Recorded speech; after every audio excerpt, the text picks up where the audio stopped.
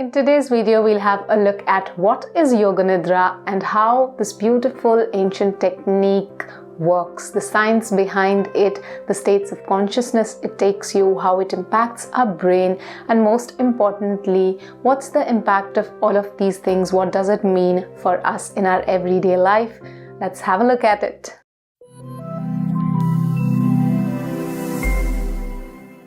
Namaste and welcome to FitNCalm. I'm Kushpinder and let's have a look at Yoga Nidra. Today we are doing an entire series called Deep Dive into Yoga Nidra and answering a lot of questions on Yoga Nidra. So you might want to keep an eye on the playlist. Now coming to Yoga Nidra. Yoga Nidra is a relaxation technique which is usually done lying down in Shavasana with your eyes closed, although that's not the only position it can be done in. So it sounds like sleep but is not technically sleep.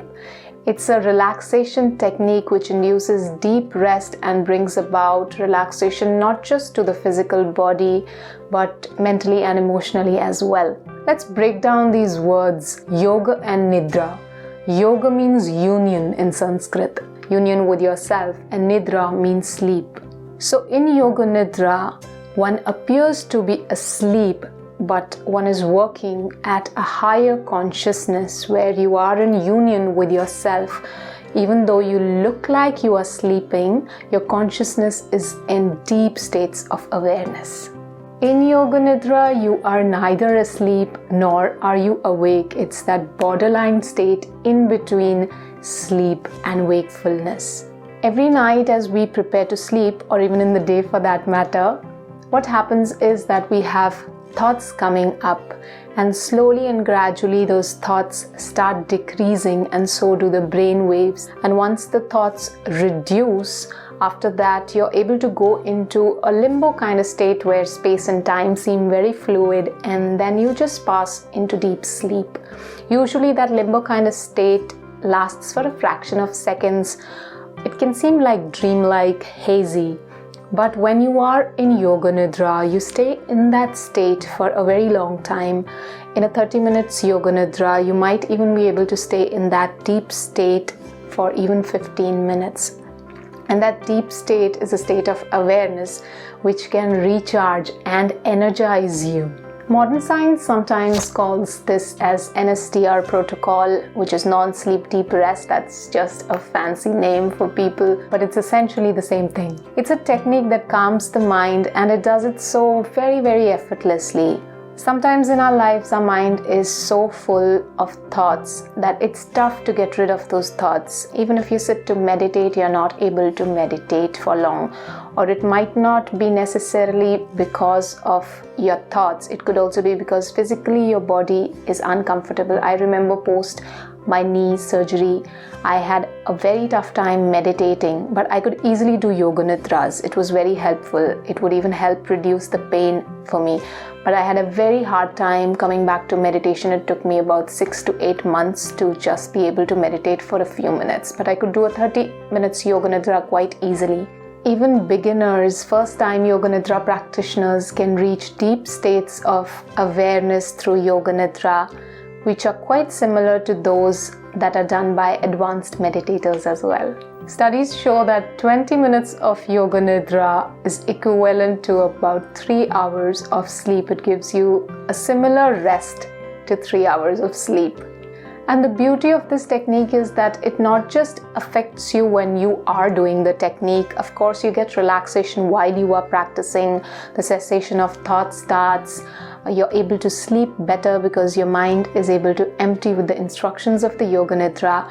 But more than that, it also has an impact in the waking state. So not just when you are doing it, when you come out of the Yoga Nidra, it impacts you in multiple ways. You get better control over your impulses, over your thoughts, over the actions that you choose to take with the thoughts that come into your mind. Whatever you want to grow, you can sow these seeds through the sankalpa that you take in the Yoga Nidra and through visualizations. You can also get customized Yoga Nidra designed if you are working on something specific. It's basically a step-by-step guided technique of relaxation through body awareness, through breath awareness, through sankalpa, through visualizations, amongst many other things. That's very effective in helping with multiple things that we can use help with in today's lifestyle.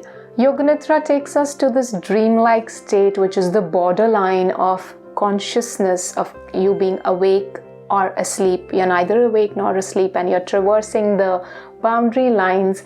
Science calls this state the hypnagogic state. In one of the yogic texts called Tripur Rahasya, it is mentioned that if with a calm state of mind you know about the state between sleep and wakefulness, you can know yourself. In fact, it's mentioned in many of the scriptures like that, and this has been given a lot of importance. We'll cover that in Origins and History of Yoga Nidra, and you'll get to see what different scriptures say about what's the origin of it as well. The mind in the hypnagogic state is extremely powerful. It's a state of immense learning, of creativity, and it's very powerful because any sankalpa that you take in that state of consciousness takes root. So it's easy for it to come to fruition.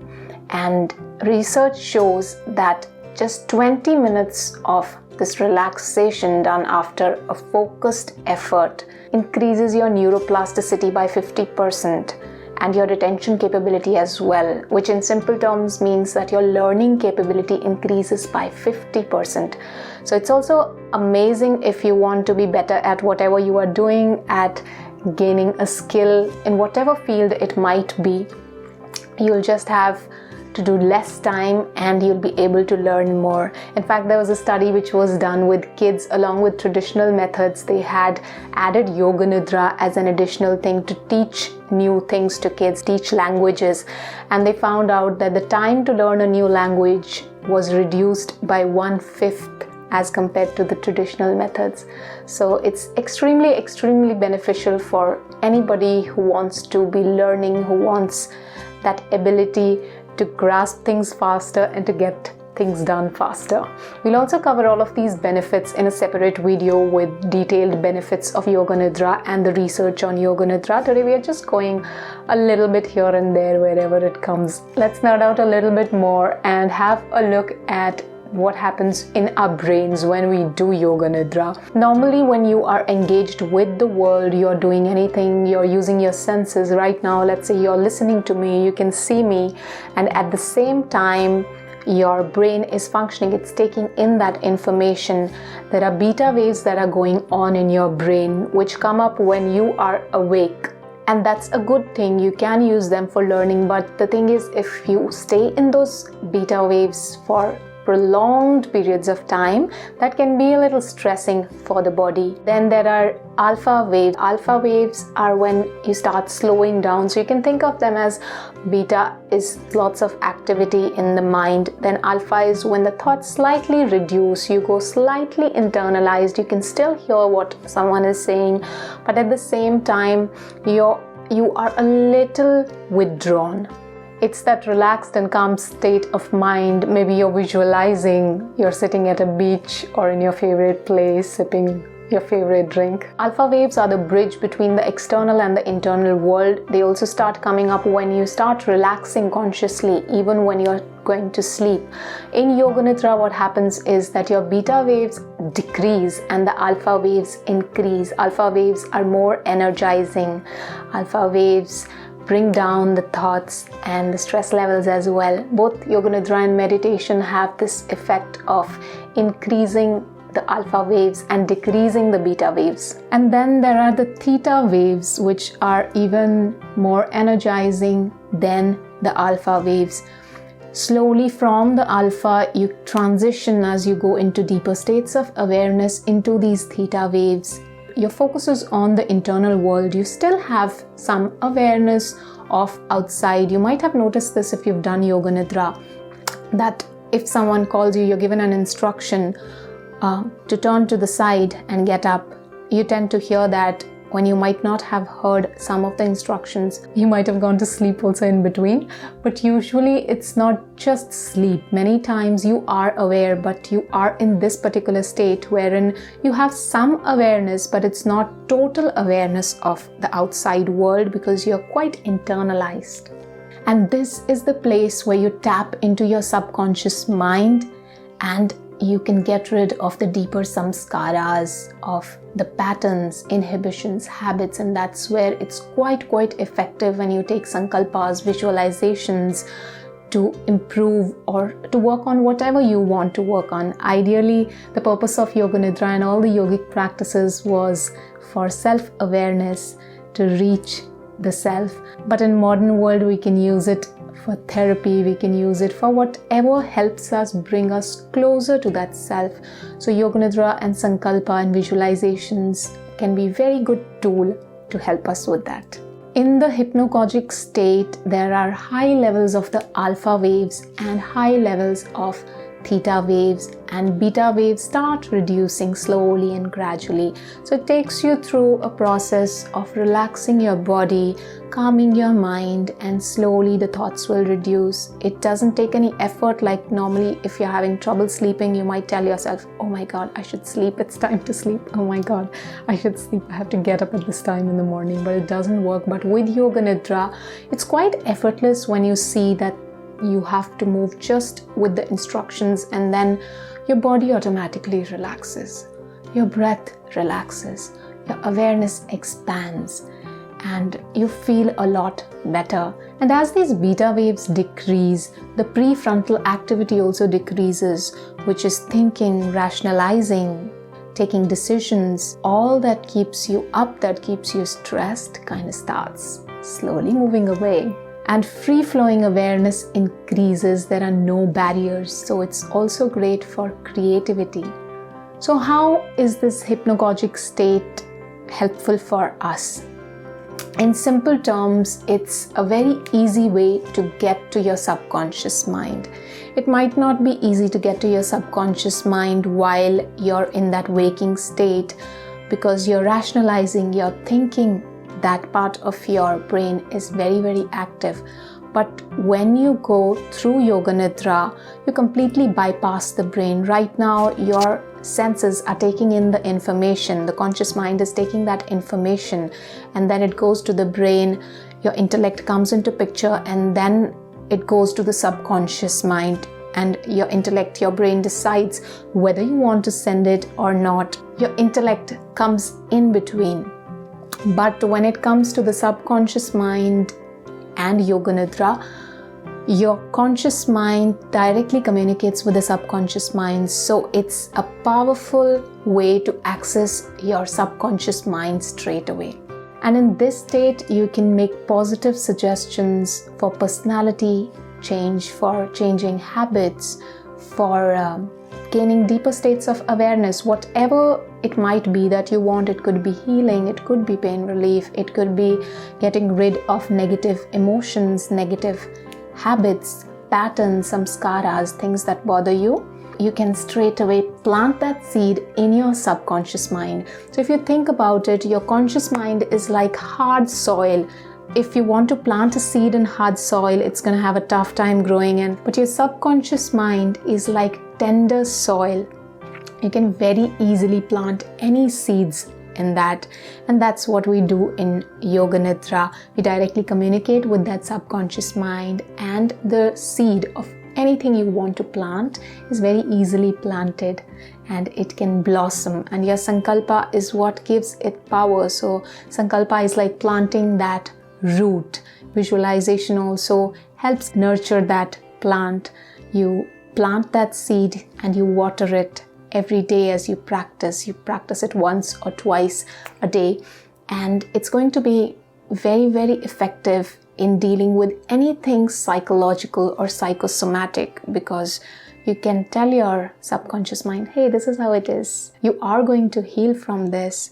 You are going to come out of it a stronger person. And the subconscious mind is what is responsible for our samskaras, for our patterns, for our habits, for our afflictions. Everything and anything is over there. It's kind of like the hard drive of all our impressions stored together.